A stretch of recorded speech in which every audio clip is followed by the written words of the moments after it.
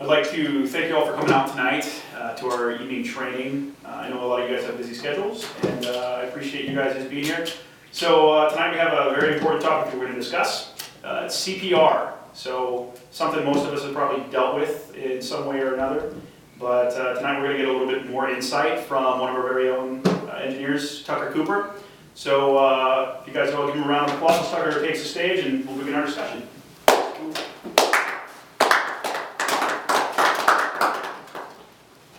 How's it going, guys? So, what if your friend sitting next to you right now was to stop breathing, drop out of their chair, hit the floor, and their heart was to stop beating? Would you know what to do? Say you're on a football field and the guy next to you suddenly collapses.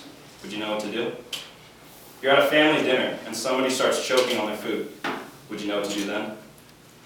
Did you know that if someone stops breathing and their heart stops beating, they can only survive for 4 to 6 minutes before a lack of oxygen damages their brain? By doing cardiopulmonary resuscitation, or CPR, you can extend that time to artificially circulate oxygen to the brain so that when the emergency medical personnel arrives on the scene with drugs and defibrillation, they can jumpstart the heart and hopefully the brain isn't that much damaged. Statistics show that the earlier CPR is initiated, the greater the chance of survival. The American Heart Association estimates that 100,000 to 200,000 lives of adults and children could be saved each year if CPR was performed early enough. So, wouldn't you want to be prepared to save the life of someone you know or love? By knowing a few simple things and taking a few hours out of your busy life to educate yourself could be the most important thing you ever do. Learn how to save a life. What exactly is cardiac arrest? Simply stated, cardiac arrest is when the heart is no longer pumping blood through the body. The victim is unconscious, not breathing, and has no pulse. If not immediately treated, the victim will most likely die. Cardiac arrest and heart attack are not the same things. A heart attack can cause a cardiac arrest, but there are other causes. It can occur at all ages and otherwise apparently healthy people, and you do not have to have heart disease to be a victim. What you do need to remember, regardless of the cause of cardiac arrest, is good skills and rapid treatment are the keys to survival. So as you can see in the handouts, it's a brochure from the American Heart Association, and those are the 5 chain steps of survival. So sudden cardiac arrest is the #1 cause of death in the United States, and survival from this potentially fatal cardiac emergency, particularly in the out-of-hospital setting, is not significantly increased over the years. Unfortunately, bystander CPR rates have not improved over many years either. And why is this? This is because CPR is a complicated task and is difficult to remember. People are afraid of doing harm if they do CPR incorrectly, so they refrain from attempting.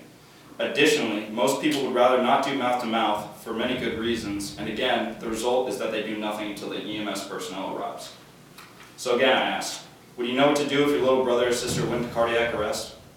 Calling 911 should always be the first step, but before medical professionals arrive, immediately performing cardiopulmonary resuscitation will greatly increase their chance of survival. In fact, a recent study by the National Institute of Health shows CPR to be effective in children and adolescents who suffer from non-traumatic cardiac arrest due to drowning, electrocution, and choking.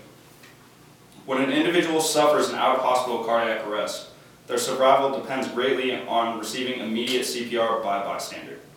However, according to the American Heart Association, less than 1/3 of these individuals receive the help they need, because most bystanders are untrained in CPR and are afraid they will do something wrong.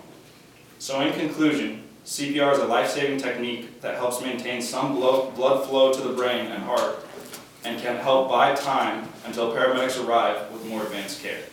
The American Heart Association provides a comprehensive fact sheet on the basics of CPR and instructions for administering compressions for trained and untrained personnel. So get into a class. Learn CPR so that if you are ever faced with someone you need to know CPR and they go down, you'll be able to save somebody else's life. Thank you.